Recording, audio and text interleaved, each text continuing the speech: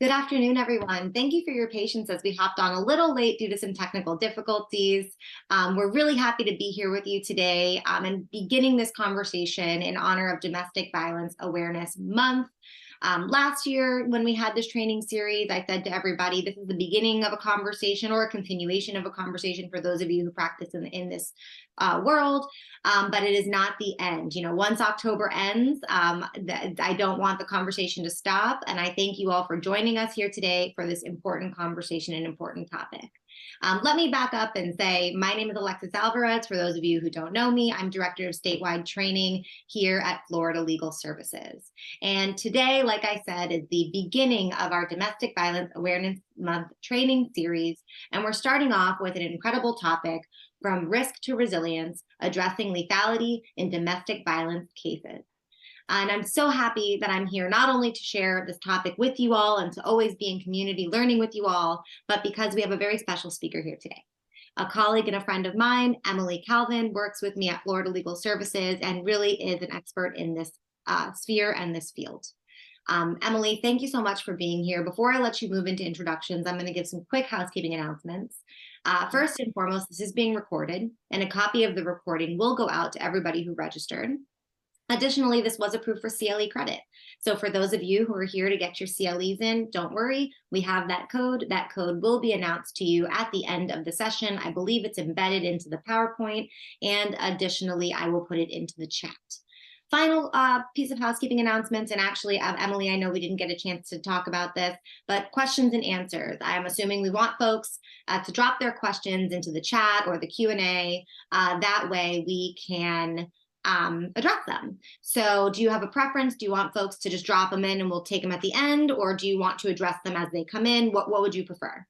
I guess so. I think for actual questions that want to be answered, if we can use the Q&A, because the chat gets kind of busy sometimes. So, and I can try to take, I'd rather pause and try to take them as they come in. And then I did try to plan for some time at the end for any, lingering questions and thoughts people have.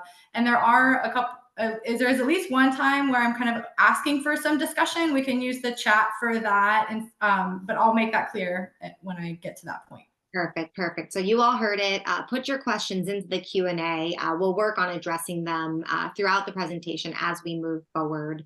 And Emily, I can pop back on screen if there's a question to kind of alert to you, like, hey, there's something in the Q&A. That way I can let you know, so I can help you out a bit with that.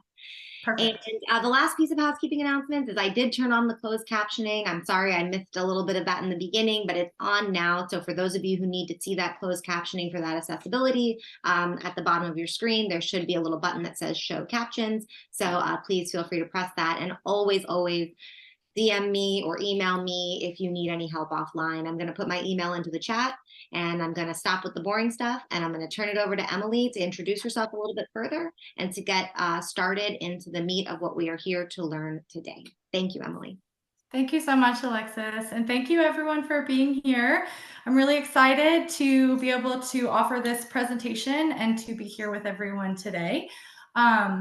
A little bit about myself before I get into what we're going to be talking about today. I have been practicing in the domestic violence field as an attorney for about 6 years, and I have done mostly family law, but all of my services have been through legal aid. So I've worked with domestic and sexual violence survivors my entire legal career, as well as prior to becoming an attorney.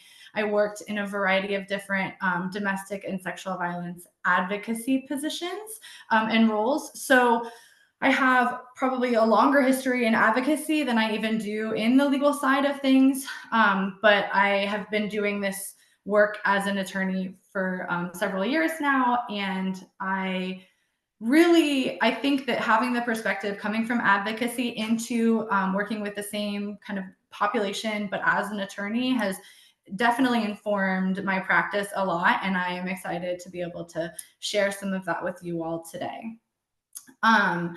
One of the things that I wanted to do today, actually, I'll just go to the agenda. So if we can go to the next slide. Okay, so what I'm going to talk about today are sort of, I kind of divided it into 3 pieces. I don't want to do a domestic violence 101 only, but I do also think it's important to kind of briefly cover the basics before we can dig into how, what the kind of common misunderstandings are about it, and what the real statistics are, and how things look in real life, and how we can best support survivors in like real and practical ways. And then I want to talk about, there's a couple screening tools and tools for advocates and first responders to use. I know it's not quite as specific to attorneys, but I think it's important for attorneys also to understand what is being used to assess the dangerousness and the lethality or likelihood of death in intimate partner and domestic violence situations, since we are dealing with people that are in those crises in our practice, assuming we serve domestic violence survivors, which, given how prevalent it is, I think it's safe to say that all of us do, whether we do it intentionally or not. And then finally, I want to talk about some safety planning, both before the relationship is over, in the process of leaving, and then what some of the legal options are in that process. Okay, next slide. First, I wanted to go over a couple trigger warnings. I know that, this is an intimate partner violence training, domestic violence training, so I'm sure people here are prepared for these topics. But specifically, just some of the things that I'll be covering are, of course, domestic violence, rape, sexual assault, trauma, and other forms of violence. So, take care of yourself today as well. If you need to take a break, or take a little walk away for whatever you need to do, just take care of yourself as well in this process. And that's just as important to be sustainable advocates in this work. Okay, next slide. And then just a quick note on some of the language that I use in this presentation. One of the things that you will hear me use are, sometimes I will use gendered language, talking about victims and perpetrators of domestic violence as women and men.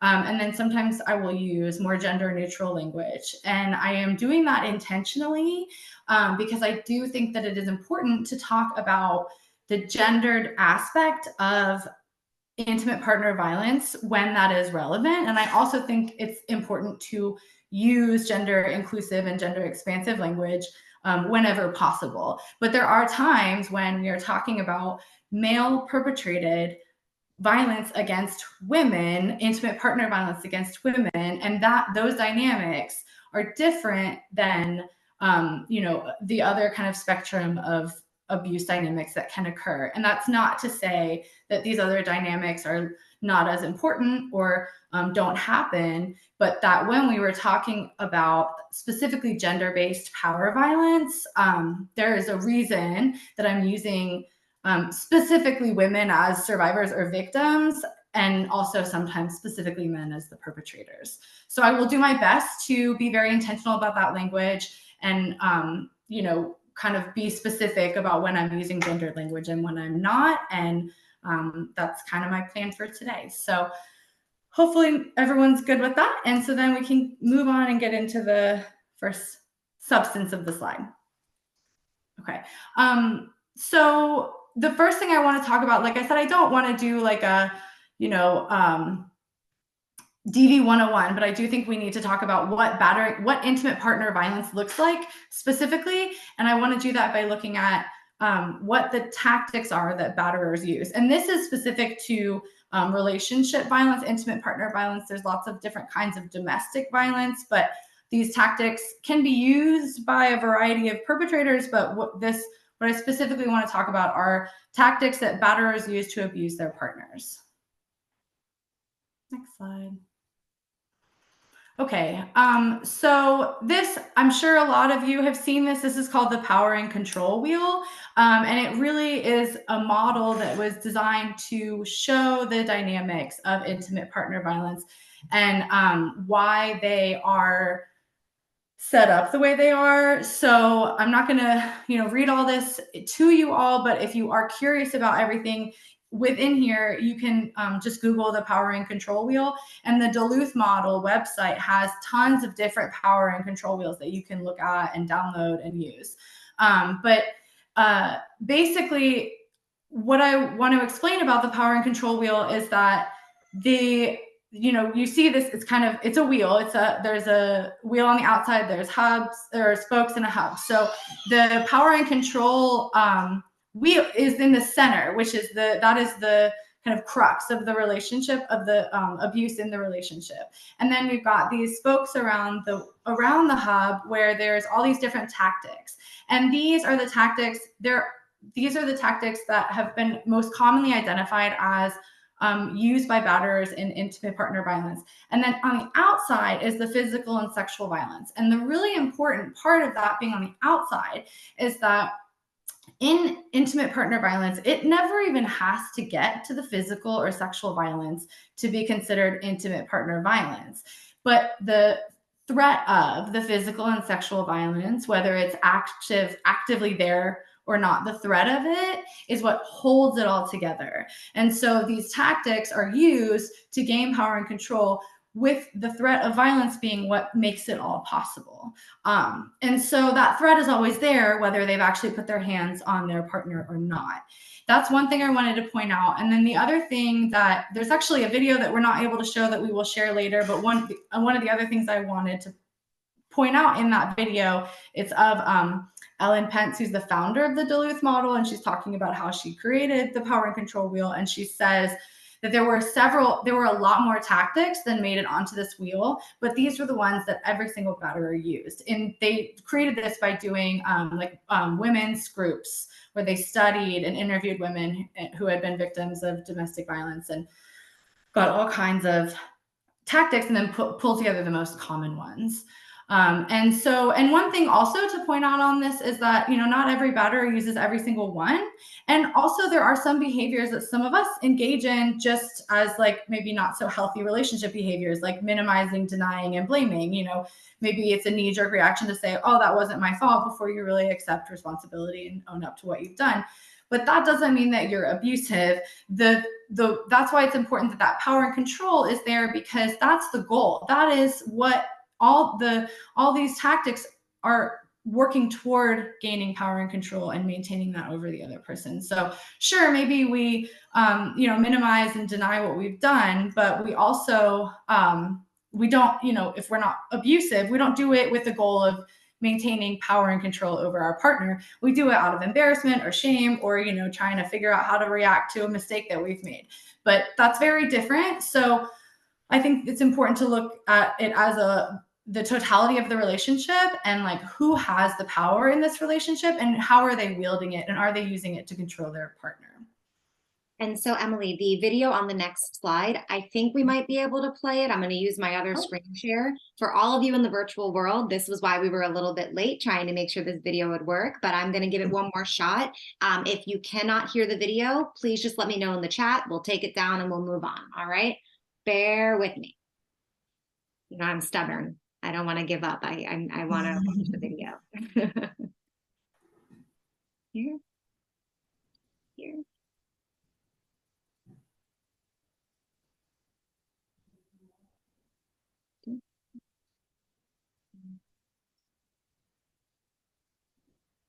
I'm going to make it full screen. All right, folks, if you cannot hear it, let me know. It's quiet for a second. It takes a second.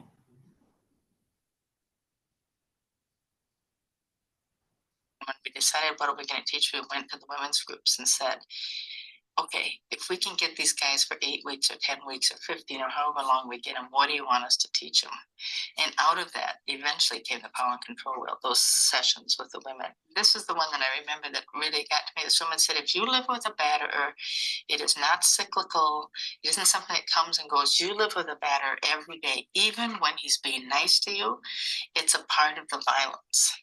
Because if he's raping you and telling you you're no good and you're ugly here, and then 3 days later he's telling you you're beautiful and I need you and I want you, it's all part of the same thing. And don't think it's cyclical. And I went, well, yeah, I never thought that. And, I think I must have said it was cyclical, right? So then I kept saying, well, okay, what else is it like to live with a batterer? And then I remember coming back from that meeting and saying to Cora and Michael, we just got to go to these women's groups and ask these questions. And so we started going, what's it like to live with them? describe it, and people starting to tell stories. And then we got into the word tactics. Somehow in the process, the word tactics came out, and we started asking him, what other tactics does he use against you besides violence? And he never lets us have any friends. So then we get all the women to tell a story about that. Who doesn't he let you see, when? And then the word isolation started coming up. We lumped all that under isolation. And he's always putting you down and calling you names. And what are all the things he's doing that when they talk about that? And then emotional abuse became that category. And so it came from these stories. We actually had more tactics than what are on that power and control wheel. They didn't display well graphically. You just had to, all right, let's get down to the big 9 or whatever, because you could do a lot more tactics. There's some I wish now we had done from the beginning because they're so fundamental. But the ones that are on there, I think, are core tactics that almost all abusers use. So anyways, these stories then, if every woman in the room had a story that fit this thing, then we knew it was a core tactic. And we went to about 3. We always had our groups in neighborhoods. So in central Duluth, we had a group going in west and east side. So we went to all 3 of those groups over several months and kept developing this thing over and over. And we'd bring our little designs in, and we had a lot of different designs to it. And finally, we came up with the one where we put the violence around the outside and all the other tactics on the inside. We were trying to make it like a wheel where the violence held everything together. And these tactics were all part of a system. And we didn't say that the reason for it, the women weren't telling us men did it in order to get power and control. What they said was they ended up with all the power and all the control when they did this. And I always interpreted it as that women were saying men desired power and control. When I did my men's groups, I'd always say that. I'd always think that you were desiring, but I never heard the men say that. And that's when I started to understand the difference between feeling entitled to it, entitled to that control, and desiring it. Like as a white person, me feeling entitled to certain space wasn't a desire to dominate people of color. It's 2 different things, to want to dominate someone and to feel entitled to be in control. So I ended up not thinking that men wanted power and control. I ended up thinking and realizing, I think, that they felt entitled to it, which is a different way of talking to men about it then. It's the heck out of me when people will look at the power and control and say, well, a lot of people do that. Right, but a lot of people don't attach to it the sexual abuse and the ability to beat someone up and the ability to scare someone, intimidate someone. So I can, call you a name or something like that, but you can't say the abuse is the same unless it's almost like those other forms of abuse on that wheel are glued onto the violence, where they're kind of attached like this, and the violence shapes everything, and the ability to control someone's thoughts and their physical and sexual safety. That's what I think people don't understand when they try to equate women calling men names and telling them they're no good. Yes, that's emotionally abusive for a woman to put a man down and stuff like that. But he isn't living in this kind of fear that battering is all about. It's making someone afraid of their physical and sexual safety, and eventually being able to use that fear in a way that gives you pretty much total control over them, their thoughts, their sense of themselves. And to equate that to other relationships where people put each other down or call each other names and not understand what it means to introduce all the violence parts to it is that's what's so difficult in this day and age, that people still do not understand that.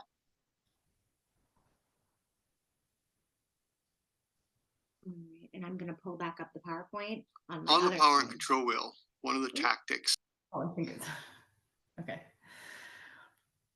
Okay, so while Alexis pulls the PowerPoint back up, I just wanted to, another piece of that video that I think is interesting, that aside from what I pointed out before we played it, was this difference between desiring power and control and feeling entitled to it. And And that being one of the reasons why I think it's important to focus, to be specific about when we're talking about male perpetrated intimate partner violence against women versus other forms of intimate partner violence, because that, one of these tactics on here is using male privilege. And I think you could just modify that a little to using some sort of privilege. But that introduces a dynamic of power that and an entitlement to power and control that maybe doesn't exist when that dynamic is not there. And it doesn't mean that intimate partner violence cannot happen, otherwise, but these are just different conversations. When someone is entitled to the space and the power and control over their partner, that's a different conversation than when that power dynamic is not in that relationship. And then, thinking about too, like male perpetrated intimate partner violence against women specifically, women don't have that power outside of the home. And then men have more power and privilege outside of the home, and they bring that into the home. And then the woman is not safe really anywhere she goes, whether that be in the home or outside of the home, where people generally don't believe her or blame her for it. So those dynamics are kind of unique, I think, to when there's a privilege or power situation that leads to some sense of entitlement over the other person. So you can go to, I guess, after the video. I know it takes a couple clicks. That's what it did for me. Should eventually go to 8. There we go. Okay. One other thing that I think is important to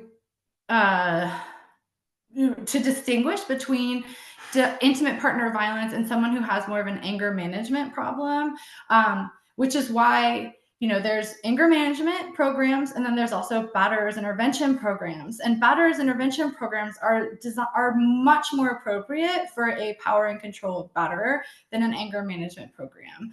I know that batterers intervention programs are not 100%, effective, but no kind of treatment is, and it's certainly much better than anger management. And the reason for that is that domestic violence, intimate partner violence, is not a lack of control. It is the opposite of that. Batterers do not have a problem controlling their anger. They are weaponizing their anger as a tool to abuse their partner. So they, for example, if you think about, like, if for people who've worked in this field, the common misconception about abuse victims is that they're going to have black eyes and bruises all over their body where everyone can see them. But the reality, a lot of times in intimate partner violence, is that they have bruises on the inside of their arms or inside of their thighs or stomach or chest, places that are usually covered by clothing. And someone who is blacked out and just raging is not going to be very specific about where they cause injuries. They're not going to be targeted and towards areas that are covered up. They're not going to be thinking about that kind of stuff. Batterers who are in control of their anger and using it to abuse their partner know what they're doing, and they are doing it intentionally. And they oftentimes will say, "Oh, I don't know what happened. I blacked out."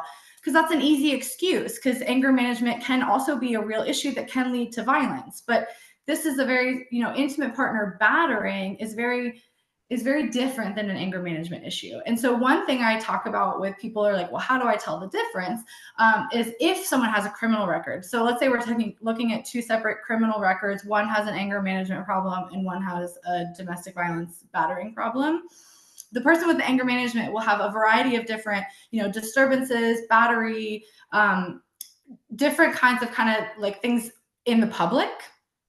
And a person with an intimate partner violence issue will have domestic battery by strangulation on a pregnant woman. And then they'll also have things like trespassing, or like all related to the same victim, like things like they're going to their work, stalking, stuff like charges related to destruction of property, charges all related to one victim that are kind of about terrorizing that one person.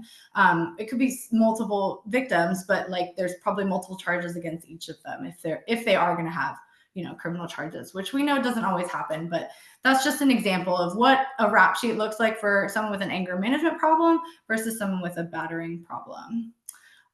So we can go to the next slide. So coercive control is really the crux of how intimate partner violence works. And I'm going to talk very briefly about how that's defined and why that's important in talking about intimate partner violence. So we can go to the next slide.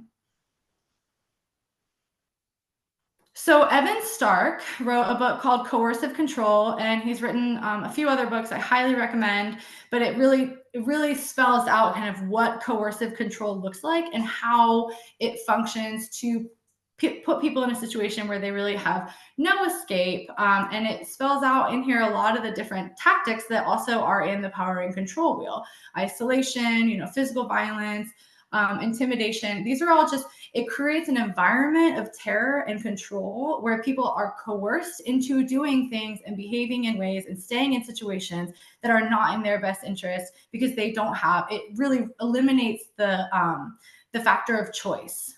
So we can go to the next slide. Right. So basically, to summarize that, it's eradicating someone's liberty and freedom.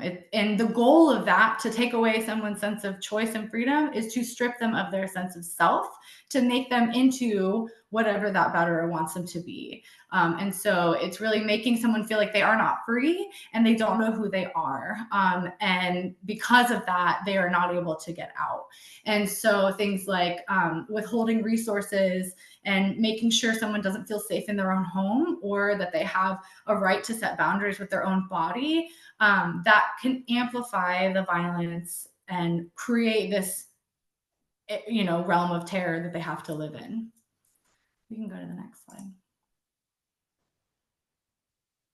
So just kind of as a summary of that, I think one of the ways that I like to put it is that abuse is controlling someone else's narrative. People talk a lot about gaslighting, and I think it's, used incorrectly, but the bottom line is taking someone's ability to dictate their own reality and to say what they believe is happening to them and to narrate their own story, taking that away from someone. That's the crux of what abuse is: controlling someone else's narrative about their own reality.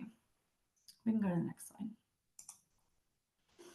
So here, I want to talk a little bit about some statistics to kind of show how prevalent domestic violence is and how lethal it can really be. So in the United States, on average, nearly 20 people per minute are physically abused by an intimate partner. And that's the physical abuse, which most, more of the abuse happens in between that physical abuse. I know that video Ellen Pence was talking about, don't say it's cyclical. Even when they're being nice, it's part of the abuse. So nearly 20 people per minute are being physically abused. And, there's so much more going on underneath the surface from that. And this is all about who's reporting this, which domestic violence is very underreported anyway. So I think we can always look at these numbers and assume they're probably bigger than we even know them to be. 72% of all murder-suicides involve an intimate partner, and 94% of these victims are women. So that's important, and we'll talk more about that. But that's most of the victims of murder-suicides involving an intimate partner. So that's why I think the idea of femicide, or the murder of women, is an important part of talking about domestic violence and tackling that to prevent domestic violence in the future. And then for, just childhood trauma, 1 in 5 children are exposed to intimate partner violence each year. And so I think a lot of people probably know about the ACEs study, the adverse childhood experiences. Intimate partner violence is definitely one of those, and it can create long-lasting issues. Children are obviously very resilient, but that's assuming they get proper treatment and get out of that situation, which doesn't always happen. So we can go to the next slide, because now I want to talk about the question that people always ask: why don't you just leave? Because I think that is maybe the knee-jerk question to ask, but it's really not the right focus. And it's also a really dangerous question to ask people who are in an abusive relationship. And so we can go to the next slide to talk about just one of many reasons why. So this is about women specifically. This is the statistic that I found, but it says, and I've heard this several times, that women are 70 times more likely to be killed within 2 weeks after leaving the relationship than at any other time during the relationship. So that's a huge increase in the likelihood of dying. And yes, it's only within the first 2 weeks, and that the danger does lift after that. So it's just about making it through those 2 weeks or whatever. But that's a huge risk to ask someone to just take without planning for it, without taking into consideration all the pieces that have to come together, without planning for the 2 weeks of how to stay safe right after the relationship. And I mean, just the idea that I think that people know this when they're in these relationships. They know this intuitively, that they are more likely to die right after they leave than any time during the relationship. And that is a huge reason why they don't just leave. It's safer to stay a lot of the time. And I know that sounds, like no way that's true, but for the first 2 weeks, it is safer to stay. And of course, that abuse goes on and on and on. And when you leave, in theory, they eventually leave you alone. But that's not even always true. And when there are children involved, that makes it much more complicated. They're going to be in each other's lives for the rest of until those children turn 18 at least. They will likely be sharing custody. They might have an ongoing divorce. Like, leaving is a really long process, and it is very dangerous for that entire process. So we can go to the next slide. Right. So that's kind of the thing. People talk about this. There's this statistic that goes around that it takes 7 to 8 times to leave an abusive relationship before you actually get out. And I think that is technically true. That is the average times it takes to try to get away. But I think a more productive and effective way of looking at it is that it is a process. And every single one of those 7, 8, 10, 5, whatever times is part of the process. It's not just like a back and forth, back and forth, back and forth. It's, 2 steps forward, 1 step back. You're 2 steps forward, 1 step back. You're still moving in a forward, process. It just doesn't always look like you're going forward, but eventually they are they're getting through the process of leaving. And it is not a one-time thing. And it takes, a lot of planning and a lot of fighting back against this abuser who is probably not going to just let them go easily. And so I think that it's important to look at it as a whole process, not a one-time thing. So we can go to the next slide. So the way that I kind of broke up the process is there's safety planning, and that needs to be done throughout this whole process, but absolutely needs to start before leaving the relationship. There needs to be a plan. There needs to be a plan for staying in the relationship, leaving, and staying out. And so you start with the plan, with the safety planning, and I have some slides on that later. And then you get to the actual leaving process, that could take, a few days. It could take a year. It could take longer. That leaving process is really long and up to the individual and the relationship. And then the final step is staying away. And what I probably should have put there is keeping the batterer away. That's probably a better way of saying that. But basically just keeping that relationship in the past and keeping that person away, which, as I was just saying, when there's custody and a divorce, that's not even possible to keep them away. So it's just about keeping that separation. Okay, next slide. So now I'm gonna pull up the chat so I can see, and I want to just have a little bit of a just open discussion. If you can type in the chat about if someone stole your wallet today, what would you need to do to get things back together and to move on after this event? And I'll give people a minute and just kind of put your thoughts in the chat. What are all the things that you would need help with? And what would you have to figure out if you were walking down the street and someone stole your wallet? Yep, exactly. Get a new driver's license. Yep. Report to police, cancel credit cards. Yeah. New driver's license. Yep. Order a new card. Definitely call the banks. Any other thoughts? These are good. I think the chat's kind of slowing down. So yes. So Get a new wallet, right. So I think that one thing that no one said is get support, emotional support. And I think that, obviously having someone steal your wallet is probably maybe less traumatic than living in an abusive relationship. Maybe not, depending on how it happened. But what I think I hear most often when people talk about what do survivors need, they think, oh, they need support, they need therapy, they need, my sympathy, they need to just talk about it. And yes, that is all very true and very important. But everything that people suggested here are very practical things. I need to go get a driver's license. I need to call my banks. I need to figure out, how to get back on my feet practically before I can process what happened to me. And that is what survivors need in order to get out of an abusive relationship. A lot of times they've been financially controlled. They don't have their own bank account. They don't have their own access to finances. They are starting from nothing, and they have to figure out how to survive and function on their own. And they don't need a bunch of people feeling bad for them. They need skills. They need practical life tips. So on that note, we can go to the next slide. Right. So they don't need advice. They don't need to be told what they should have done or what they should do or what you would do if you were in their position or how to make sure this doesn't happen to you again. They need assistance with life skills. And that's not to say that every survivor needs assistance with all of this stuff, but these are some thoughts and suggestions that I had. And if other people have thoughts, please put them in the chat for like practical things that survivors need assistance with when leaving an abusive relationship. And I think a lot of people really want to help people emotionally and advise them on how to make sure this doesn't happen to them again. But the best way to make sure that a survivor doesn't end up in an abusive relationship again is to make sure that they have what they need to function on their own.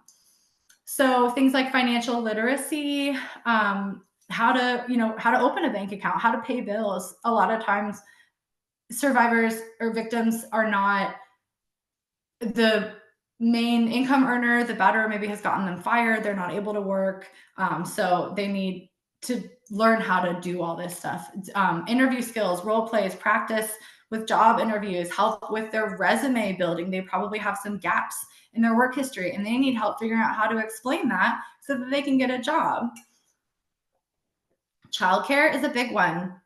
If they have children, obviously they cannot go to job interviews with those children. They need childcare in order to do anything else, because there's a lot of places are not really, you can't bring your kids in to do a lot of these things that you have to do. And so, or it's easier, it's easier to go to the bank if you don't have two rowdy kids in tow. Like they need someone to say, look, I'll take your kids off your hands while you go take care of some of this stuff. Housing is a big one. Housing insecurity can really be an exacerbating factor for domestic violence. So people need permanent, stable housing and assistance with securing that. So we can go to the next slide. So just to summarize kind of my thoughts on this, survivors need autonomy, patience, and understanding. They need to figure out how to stand on their own feet, and they need patience and understanding and assistance in that process. We can go to the next slide.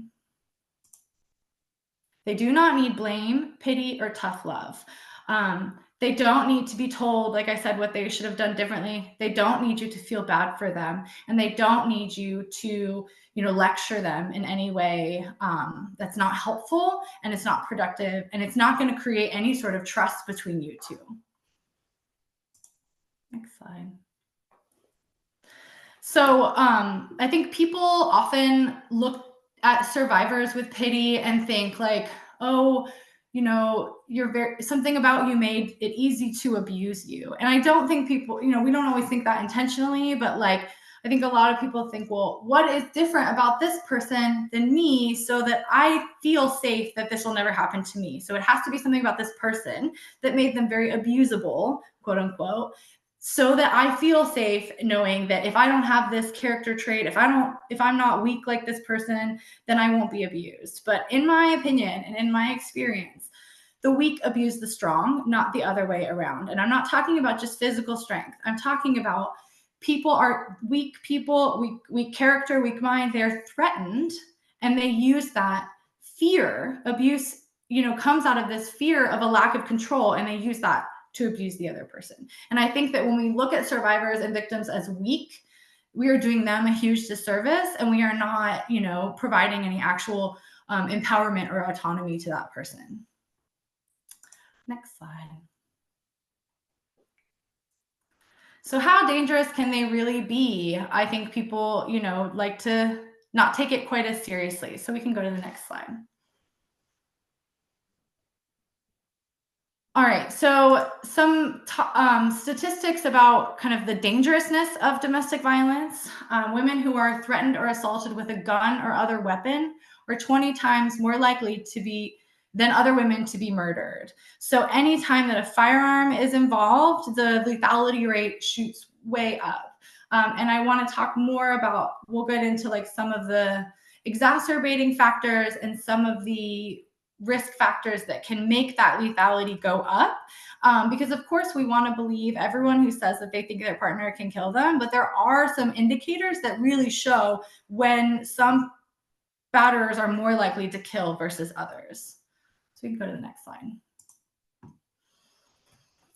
This just kind of is another statistic that shows that firearms really increase that lethality and dangerousness of the relationship, of the domestic violence as soon as they're involved. So I think that's one of the reasons domestic violence rates got worse during the lockdown, COVID. I think one of the things was that people were trapped in the home. There was a lot of financial insecurity, a lot of instability and lack of control, but also a lot of people were trapped inside the home where there were firearms.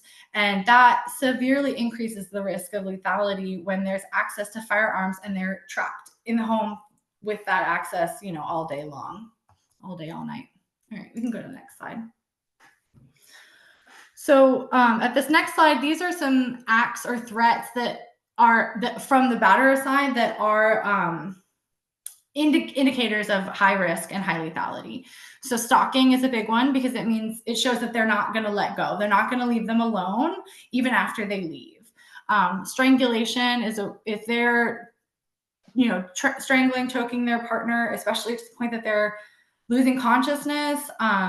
That's a huge risk factor. Any threats to kill, if they tell you what they're going to do, believe them. That's what I always say.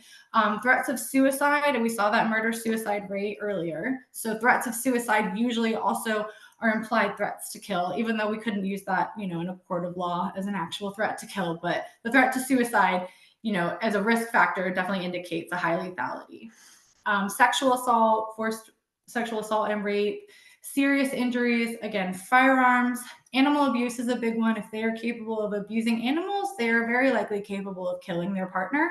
And then violence during pregnancy, that can be a really big indicator. There's a lot of abuse maybe won't have started, in theory, the physical, until the survivor becomes pregnant. And that is what I hear a lot of times is that he was fine until I got pregnant. And that violence during pregnancy is a huge risk factor. Next slide. So these are some exacerbating factors. These are not the behavior of the batterer, but some circumstantial factors that can increase the risk of dangerousness and lethality. Now, one thing that I think is important is that these are not causes of domestic violence. They just make it worse.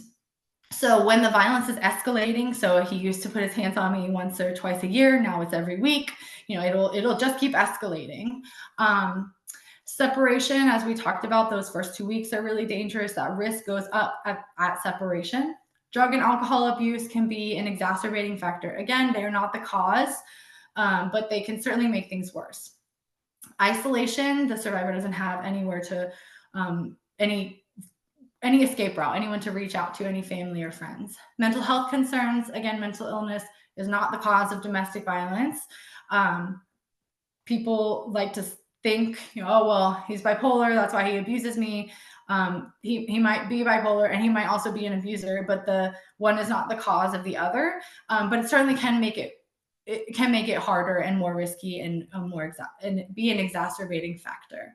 financial difficulty, any sort of job or financial instability can really create this sense of like a lack of control. The batterer has no control of their own life, and they're scared, and they're needing to assert that power and dominance somewhere, and so they will take it out on their partner.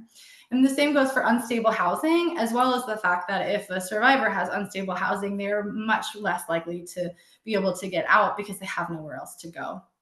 Pregnancy, big risk factor. Again, because the batterer is losing control. This is a new element that's being introduced into the relationship, this baby. And this batterer will not have control over the baby. And the victim, survivor's attention is going to be focused on this baby. That baby is a threat, perceived threat by the batterer. And so they are going to do whatever it takes to, you know, either eliminate that threat or assert their power and dominance in that situation. And then obsessive control and jealousy, again, that kind of goes with like the stalking. When there's an environment of control and jealousy, the risk is higher for dangerousness. You can go to the next slide. So the bottom line is that it's so important to believe survivors when they tell us what they think their abuser or the person who has abused them is capable of. Sure, people can exaggerate, but we don't know that person, that abusive person, as well as that survivor does. And so when they tell us they think that he might kill them, it is important to believe that and take that seriously. Next slide. When I used to work as a trainer of domestic violence advocates and child welfare, and we would say that survivors are the experts in their partners. And you know, I think the reality is that they know their abusive partner better than anyone else, than we ever could. They live with them day in, day out. They know their behavior. I don't know this batterer from Adam. Like, I know I can recognize some tactics, and I can see, you know, based on these dangerousness factors, what I think they're capable of doing. But I haven't been living with him. I haven't been, you know, experiencing his abuse, recognizing his patterns, all of that kind of stuff. So I think it's important to really believe someone when they tell us that they think this abuser might kill them. We have to take that seriously, and we have to do what we can to try to safety plan with them and figure out how to assess the danger and what to do from there. Next slide. So the next few, the danger assessment and the lethality screening, I'm going to kind of go through quickly. If you want more information on that, I'm available to talk about it after. But because it is more of like a first responder screening tool, I just think that it's important that we know what it's about and what is available and what they're screening for, but we're not going to be doing these screenings. So I'm not trying to train you to actually like fill it out and conduct the screening. I just want to talk about what it looks like. So we can go to the next slide. So the danger assessment was created by Jacqueline Campbell as a tool to help both victims of abuse and the professionals who work with them to really understand what the threats to their safety are, and you know what they look like and what indicates the dangerousness in the relationship, and kind of how to assess it, both themselves as the victim and as the people, you know, the professionals assisting them. So we can go to the next slide. So the danger assessment is available online to be downloaded, and people can complete it themselves, and it can give them an idea of the dangerousness in their relationship. But that being said, it was really designed to be interpreted by someone who's been certified to use the scoring system. And so, you know, you can look more into the tool, and if you know someone or you're interested in becoming certified to use the scoring system, that's available. But basically, you know, anyone can use it, but it's best designed to be interpreted by someone who's been trained and certified in this assessment. We can go to the next slide. So while the danger assessment does have some limitations, it does seem to be a helpful tool in identifying women who may be, and I think at this point, it's, you know, victims and survivors who may be at risk of being killed by their intimate partners. So it does help, you know, like I said, we need to believe survivors, but there are some ways that we can really check and see, are these things present? Because then sometimes survivors will downplay the threat or the abuse. And that's because probably the batterer has minimized, denied, blamed, downplayed it throughout the relationship. And so they're just used to that. So we need to know, like, be able to recognize when this is maybe a more dangerous situation than the survivor is even willing to admit or acknowledge at the time. Excuse me. Next slide. So this is really small, and I just wanted to show you what it looks like. This is the danger assessment. The survivor will answer yes or no to a set of questions, and they're questions about some of the factors, like owning a weapon, using a weapon to threaten to kill, abuse animals, things like that. Kind of all the risk factors that we just pointed out. They're all sort of listed here on the danger assessment, and the person answers yes or no to these questions. So we can go to the next slide. So this is the scoring for the danger assessment. If they answer yes to 8 or more, they're at very grave risk. An average score for murdered women is just under 8. 4 or higher is great risk, considered great risk. An average score for a woman who's being abused is just over 3. So, 4 to 8, there's risk, they're being abused. And then, 8 or higher, they are in serious danger and we need to take it very seriously. Next slide. This is just a kind of a chart to show kind of how the danger assessment works. And it shows the difference between people who are abused and people who are murdered, based on these different factors, risk factors that they're being asked about. So, the likelihood of murder obviously goes up, like you see when the gun is in the house, the likelihood of murders there. Partners violently and constantly jealous, that's a big one. And, threats to kill, things like that. So that's, I'm not going to go too into this and spend too much time on that, but I just wanted you all to see kind of how that works and where those risk factors come from. So we can go to the next slide. So the next thing is the lethality screen. This is based on, it's specifically used for first responders. So again, we don't have to, most of us probably don't do this, but I think it's important to know what survivors or victims are experiencing throughout the process as they navigate both the criminal process and the legal system in general. So we can go to the next slide. The lethality screening was adapted from Dr. Campbell's danger assessment, and there's something called the lethality assessment program that people can be trained in, and the lethality screen is part of that program.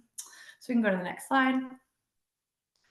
The lethality assessment process is initiated when there's a law enforcement officer arrives at a domestic call, or any kind of community professional who's trained in this believes the victim of abuse may be in danger. So there's a kind of few ways, but I think a lot of times it's used with law enforcement more often than anything else. So we can go to the next slide. All right. So the process is first to assess the situation and see if there seems to be, just based on the risk factors and what people know about the situation, what's going on, is there a danger threat here?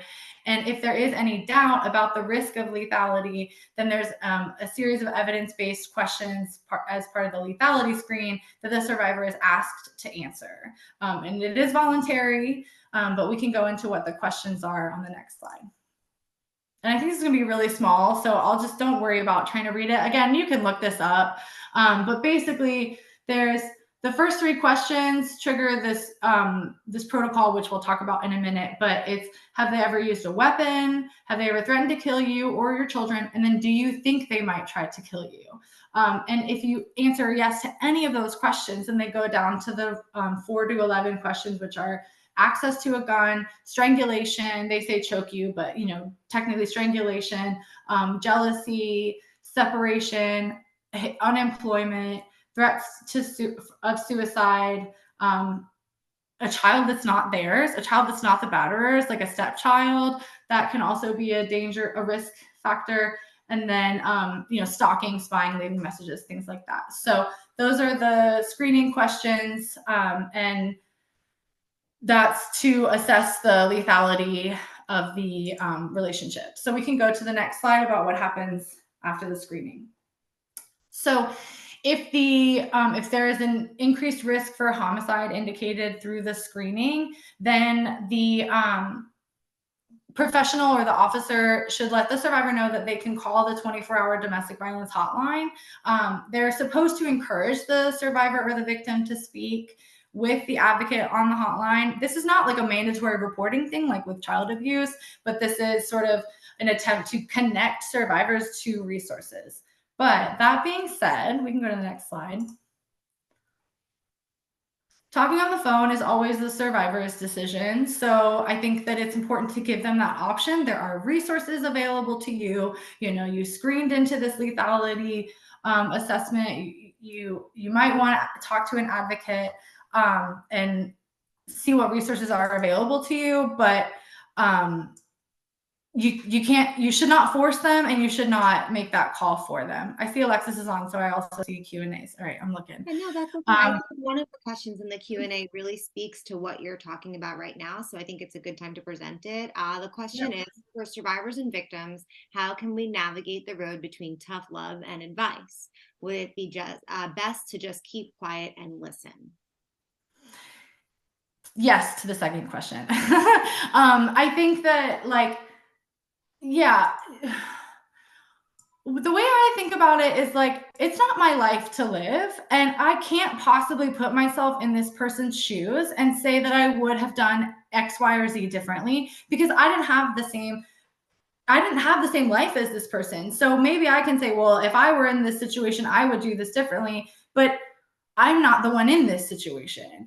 This other, this survivor is, and I can't pretend to understand what she has gone through and what her life is like, or their life. And so it's not our place. And I think really just in general, as attorneys or service providers or whomever we are, it is not our place to decide how the life this survivor is living should have been lived. It is not our place. It is not our place to give advice. If we want to give advice about how, like I said, how to fill out a job application, how to like answer the gaps in your resume, how to do a good interview. Like, these are good things to give advice on, but advice on like how to choose a different partner is not helpful, and or how to make sure you don't get abused in the future, like, or when to leave, or how to leave, or how to live, how to interact with this person that has been abusing them. Like, I fully believe that's not our role. I talk a lot about in this work about like, I'm not in the business of saving people. I wish I was, but I am in the business of getting someone from where they came to me at point A to point B, if that's where they want to go, to try to get them to where they want, what they want me to do, what they want from our relationship. So that's why a lot of times when I work with survivors, as an attorney, I'm issue spotting. They're telling me all this stuff. I know there's lots of different legal remedies here and there, but before I even go into any of that, I will say, what do you want out of this? What is your goal? Because it's not my life. It's not my job to tell them what they should do. And it's not my job to, pluck them out of this relationship and give them their happy ending. Like, that's not their happily ever after, like, that's not, first of all, that it doesn't work that way. And second of all, like, that's not my job, and I can't do that. And so I think that as people who are in the helping profession, we want to save people. But I think it's really important to acknowledge, going back to that, leaving is a process. They might come to you at the very beginning of the process, and you got them to step 2, and they are still 10 steps away from being out. And we might not ever see them get to step 10, but we got them from 1 to 2, and that was what they wanted and needed from us, and that was what we did for them. It is not our job to decide what they need from us and then give them that. I think we are much more effective in helping them if we ask them, what do you want? What is your goal? And how can I help you accomplish that? Especially too, like, as attorneys, we know we cannot always accomplish their goals, but we certainly can't give them what they are wanting out of this interaction if we don't ask them. And if we are putting our own assumptions and our own lives and our own experiences on what we think they should or should not have done or should do in the future, that's also very disempowering. We're not letting them live their own lives. And I think it's really important to, as they're leaving the situation, for them to be able to live their own lives, trust themselves. That's a big one too. If we are giving people advice about what choices they should make, I think it's important to tell people, like, one thing I always try to tell my clients is like, look, you know what's best for you and your family. You have kept yourself and your children safe throughout this relationship, assuming no one has passed away or been murdered. Like, sure, children are harmed. You are harmed. There's all this mental and emotional and physical harm. But the bottom line is you are also alive and you are getting out of this relationship. So you do know what's best for you and you do know how to keep yourself safe. And you have been doing that this far. And I am here to just help you get to the next step. And so I think it's important to give people that trust in themselves.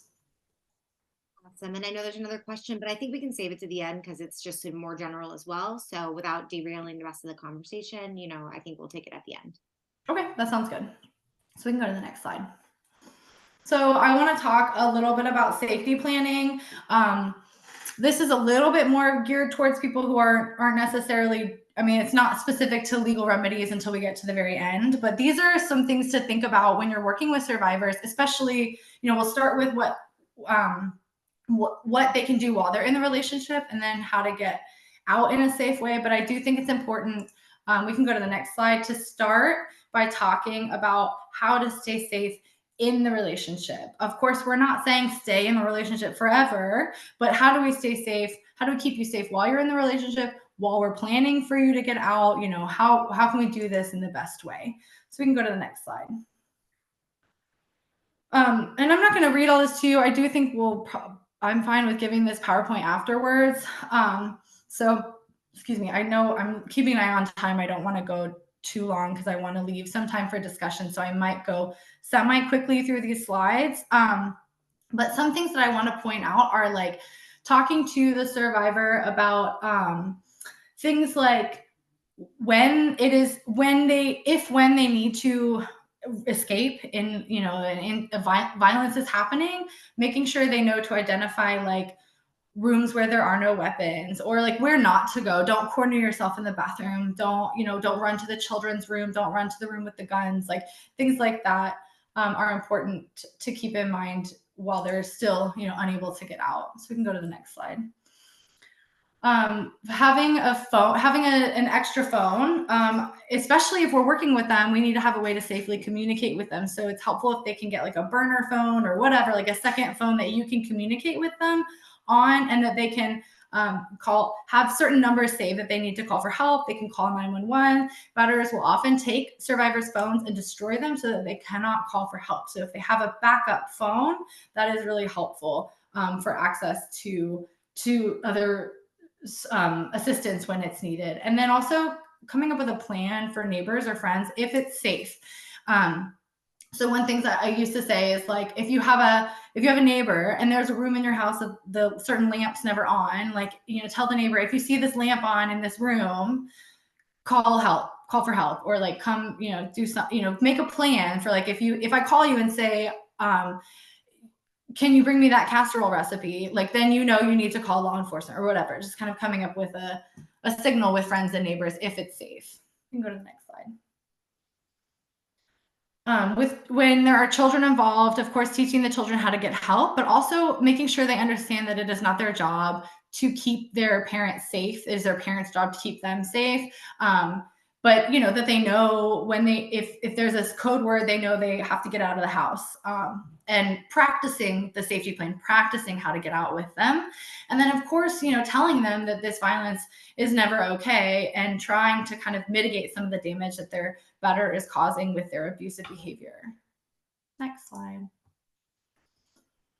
Of course, you want to, when you're talking about that with your children, plan for what you will say to your partner if the children talk to them.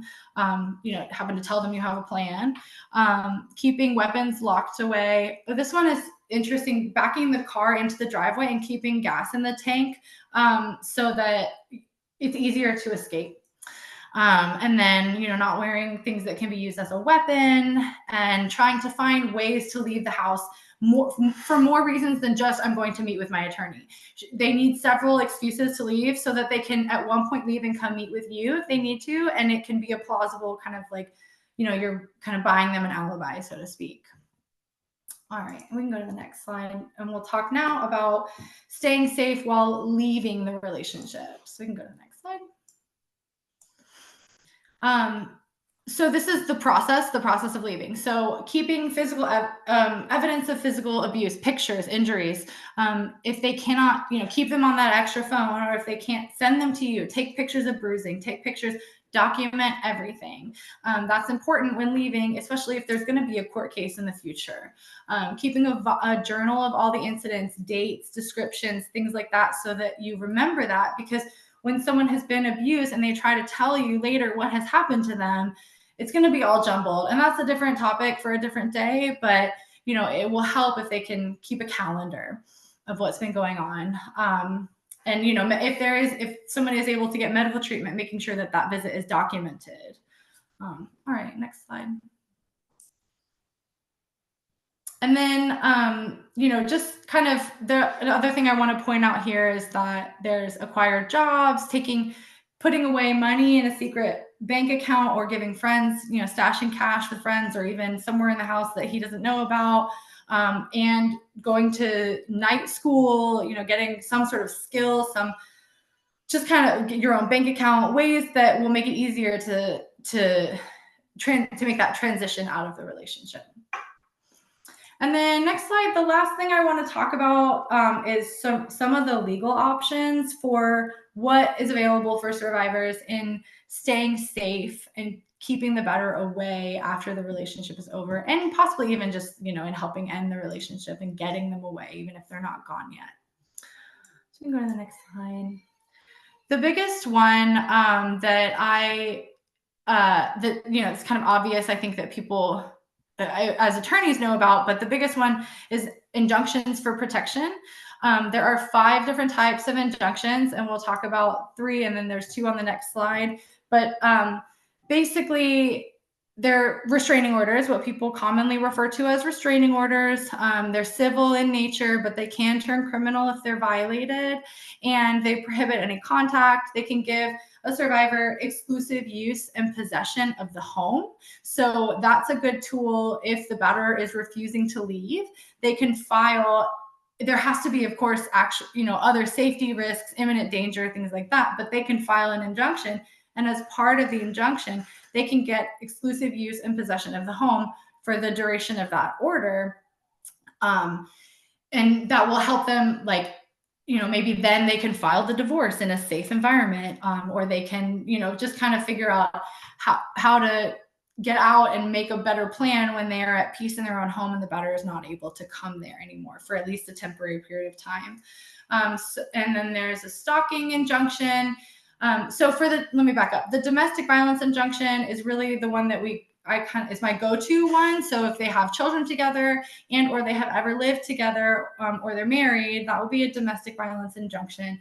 And for that, they have to have either been the victim of domestic violence or they are in imminent danger of becoming a victim of domestic violence, and they have reasonable fear of future violence. Sorry, I wrote this differently than I usually say it. But basically, there's a victimization, it has happened or it's about to happen, and they have objectively reasonable fear of future violence. So, and when an injunction is filed, the court will then either issue a temporary injunction and set it for a hearing, or they will set it for a hearing without a temporary injunction, or they will deny it. And they make that decision based on the 4 corners of the petition, assuming everything is true. Is that enough to grant an injunction? And if it is, then they will grant the temporary injunction and set it for a hearing. If it's maybe not, but the judge needs to hear more, then they will set it for a hearing without a temporary. And then if there's absolutely nothing in there, some people will say, oh, they're being rude to me or whatever, then they'll just deny it. Another kind of injunction is a stalking injunction. So they have to have willfully, maliciously, and repeatedly followed, harassed, or cyber stalked another person. That stalking has to cause substantial emotional distress, and it has to be for no legitimate purpose. So one thing that I want to point out is that custody is a legitimate purpose. I found this out the hard way, but case law is pretty clear on this, that even if someone is chasing you down the road in your car, or following you, going to your work, harassing you, if it is for the purpose of seeing the children and or finding out that they are safe, it is a legitimate purpose and it doesn't fit into the stalking definition. Sexual violence is another one. And, you know, like if there's a domestic relationship, I would really fit it under the domestic violence injunction, but sexual violence is an option if there's no domestic relationship or it's child sexual violence. That's another injunction type that's available. And then we'll go to the next slide for the next two. There's a dating violence injunction. That's if they've never lived together and don't have any children together and aren't married. And they have to have had or continue to have a continuing and significant relationship of a romantic or intimate nature.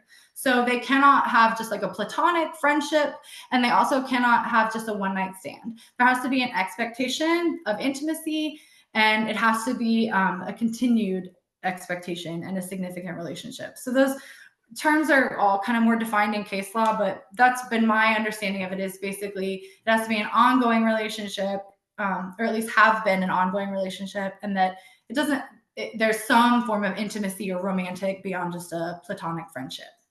And then finally, the repeat violence injunction is when it doesn't fit into any of these other categories. There has to be two or more incidents of violence, and one of those incidents has to have been within 6 months of the petition. So it can't just be, you know, 2 incidents 5 years ago. One of them has to have been within 6 months of the petition. That is the only injunction that I understand has that kind of time frame. But I do know for that case law a few years ago found that I don't know the DCA off the top of my head, but it found that anything over a year is probably too remote in time to have that reasonable fear of future violence or imminent danger piece of it. But there's nothing in the statute that says like this, you know, within 6 months or whatever. And so, you know, I don't have slides on this, but of course, survivors are also probably maybe have a divorce or a custody case. I didn't make slides on that because it's not really specifically a remedy to domestic violence or abuse. But those are things as attorneys that we need to keep in mind, is that, you know, of course, that abuse impacts the dynamics of the divorce and the custody case, the paternity case. And we need to keep that in mind as we're handling the case. And I think it's fair to say that a lot of times maybe the courts don't see the dangerousness the way that we hopefully do, and they don't see how these dynamics impact the children. And, you know, it's just one of many factors that the court has to consider in the best interest, and it's hard to prove, and it's he said, she said, and that all may be true. And it may be that, you know, there's not enough to overcome the 50-50 presumption that is now in Florida for time sharing, and because there's not enough proof or whatever the reason is, not enough, you know, evidence that's admissible. But that doesn't mean that we can't acknowledge the harm that it has caused and will cause in the family, and at least support the survivor in processing that. We can't change the law. We can't fix the outcomes of the case. We can't promise one thing or another for what the judge is going to decide. And we can't promise that we're going to give these survivors 100% time sharing and only supervised visits for the better, and what, you know, all these things that would be nice to keep these children and the survivors safe. We can't always promise that. And a lot of times, I think more often than not, I feel like I can't promise that. But what I can do is explain to the survivor, like, look, I understand how dangerous this situation is, and I understand that it's not fair that the law doesn't, but I'm going to do my best to communicate to the judge what you have gone through. And, you know, unfortunately, the law in Florida doesn't always take that lethality into as much of consideration as maybe it should. But we also have, you know, this new Grayson's law that allows the court to consider abuse against the parent, and not just it doesn't have to be directed at the child. It can be abuse against the parent and any intimidation, threats, or anything to make the survivor and or the children believe that they are in imminent danger. So it did kind of expand that, which is the good thing to kind of counter the 50-50 presumption. But so that factor in injunctions and in custody is being expanded to include like threats of harm to the mom, to the parent, the survivor parent, because I think a lot of us understand that a threat to the non-offending parent is a threat to the child, and that harm to the parent results in harm to the child. But we have to always directly connect the behavior to what's in the best interest of the children. And so I think that this new Grayson's law will help with that. And I think we should really be using that as practitioners to show that, to really show that connection between, like, even if this abuser has never directly harmed the children, has never hit the children in one way or another, like, they, by abusing their parent, they're also harming the children. And so I think those are, you know, just kind of things to keep in mind in divorces and paternity cases, and in, you know, having custody battles in court. I think we need to keep in mind that the law is not always on the survivor's side, but we can be. And we can't control the law, but we can help them navigate the process, and we can use the tools that are in the law to try to, you know, benefit the client as best we can, and educate the judges in the court as much as we can. So that's all. Yep, that's all I have. I see there's a couple questions in the Q&A. Yeah, a couple things came up, and thank you so much, Emily, for that great presentation. Let me pull down the screen, so to stop sharing the screen, and let me put us in a gallery view for everyone. That way I'm actually going to sign off on my other computer, so it's not some random bubble that's there. The CLE number is on the very last slide, but that's okay. I mean, we can pull, yeah, it's fine. Sorry, I should have said that before. But you can just say, it's no big deal. I'll say it out loud and you can put it in the chat. Perfect. So before we do that, we'll address the questions. So the first question that, came through earlier is someone saying that I'm an attorney in this area, and this area of law is new to me. Should an attorney be concerned about their safety when representing survivors, especially with risk of lethality? Do we have to do anything different to protect ourselves as well, or is this a non-issue? Yeah, this is a really good question. I think that up until like a few months ago, I would say it's really not an issue. You don't have to worry about it. But I have had a case recently with a very kind of one of the more extreme batters, and he, I ended up having law enforcement called to my door, and he was really directly targeting me, and not just me, other attorneys that were working on the case, but like targeting us as the attorneys. And I ended up getting a security system, and kind of like, I had a little panic moment where I was like, I am not safe. I have never felt like I was not safe. And, it was interesting experience, because I was talking to the client and she was like, yeah, I know, kind of welcome to my life. And it was very, I'm not saying that we should always be afraid. Like, you certainly, I don't think that it's a huge threat to you. They are focused on their partner. And if they can find a way to believe that if they harm you, they'll harm them. But really, you're in my experience as the attorney, I don't feel like I have been the target very often, if at all, except for this one time. And this guy is very extreme. But it doesn't hurt to, like, lock down your social media, make everything very private. Don't post pictures of your children publicly on the internet. I mean, probably for many reasons, but if you are serving domestic violence survivors, I think there are some good ways to, like, maybe lock down your online presence, try to make it so that people can't just, like, I don't know, find your address or pull your information and put it up on a blog or whatever. But I think that's a good question, and it's an important thing to consider. But I would try not to live in fear or let it really dictate how you practice, because in my experience, I have never, besides this one time, felt like the target of the abuse. And they are so laser focused on their partner that, like, yeah, you're kind of getting in the way of that, but they don't care that you're not their main target, and I think that, but I think it's important to keep in mind, and just keep that in mind as you're practicing. How can you make sure that you're protecting yourself? But I don't think we have to live in fear. But I do think that's a good question, and something to keep in mind, in this work, is safety for sure. Yeah, it's tough. At the end of the day, you're in court. Your face is seen. By a perpetrator. Your signature block says your name. Mhm. I know. I'm pretty sure for me, you can Google my name. You'll find my address somewhere on property records. Yeah. So, I agree. I think it is a very good question. And I know I'm not the speaker here, but, I am an attorney, and I had some experience as a public defender where you can get some Mhm. dimensions like that.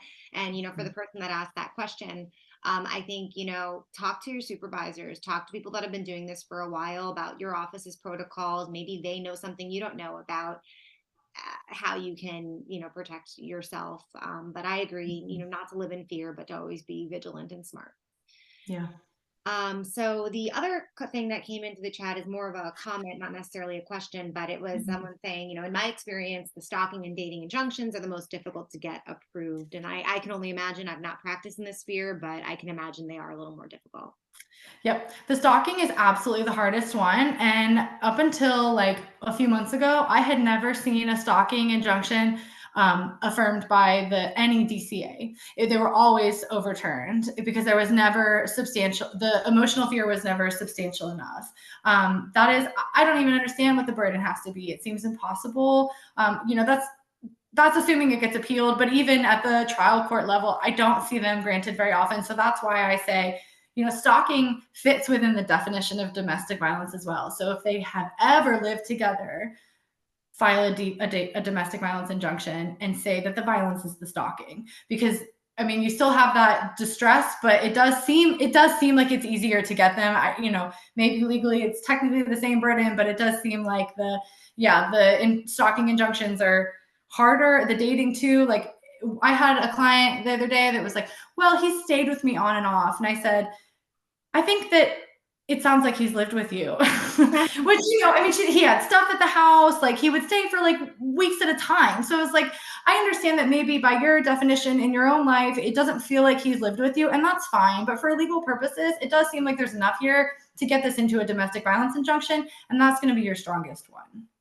And so, I don't see any more questions unless I'm missing anything. Oh, wait, maybe something just came through. Yes, always revert to a DP injunction. So I don't think any other questions came through. And, I'm going to take this moment just to let folks know I did pop that CLE code into the chat. It is 2309740, N as in Nancy. I just wanted to put that out there for anyone that's gotta hop off. But more importantly, I wanted to kind of expand on this injunctions conversation because, this is the kickoff to a series that we have going on. And I just want to share my screen again very quickly, to let folks know what we do have coming up. My screen is probably an absolute mess. I'm sorry, I've got lots of tabs open. But, this is what we started off today, from risk to resilience. But then on the 20th, we have multidisciplinary wraparound services. So that kind of makes me think of the question about advice. The idea of, wraparound services with different people doing different things. On the 24th, we have crime victims' rights. And then on the 31st, we are going to have a more in-depth training on the injunctions that Emily, did touch on. So I just wanted to put that out there. I can include the registrations for these at the end in the email that I send you out with the recording and with the CLE code and with anything else. But just want to let you all know that there's more coming up on all of this important stuff. And, before we sign off, with that being said, you all should receive an email from Zoom within 24 hours with a copy of this recording. I know Emily graciously said she'd share her PowerPoint with us. I'll put it in a PDF and make sure that's included for everyone, And then you will also get the CLE code again through there. But always, folks, always, you can email me for anything you need. I did pop my email address into the chat earlier. I'll pop it in there again. If you don't see that email from Zoom, just reach out to me. I know sometimes spam boxes eat our important emails. And so with that being said, Emily, I want to say thank you. I'm so impressed by all of the work that you do, and I'm so impressed by everyone here too, all of us in this sphere. It takes a village. It's a really, really hard sphere to work in emotionally. And so take care of yourselves, and thank you for all you do. Is there anything, Emily, that you'd like to say before we sign off today? No, I think that's a great summary, Alexis. I like that. Take care of yourselves, to walk away from your computer, do make a little dance, get out the energy. This is, stressful stuff. So, and thank you all for all you do. This was great. I'm glad we could do this. All right, everybody. Well, have a good rest of your day, and we'll see you at the next one. Bye.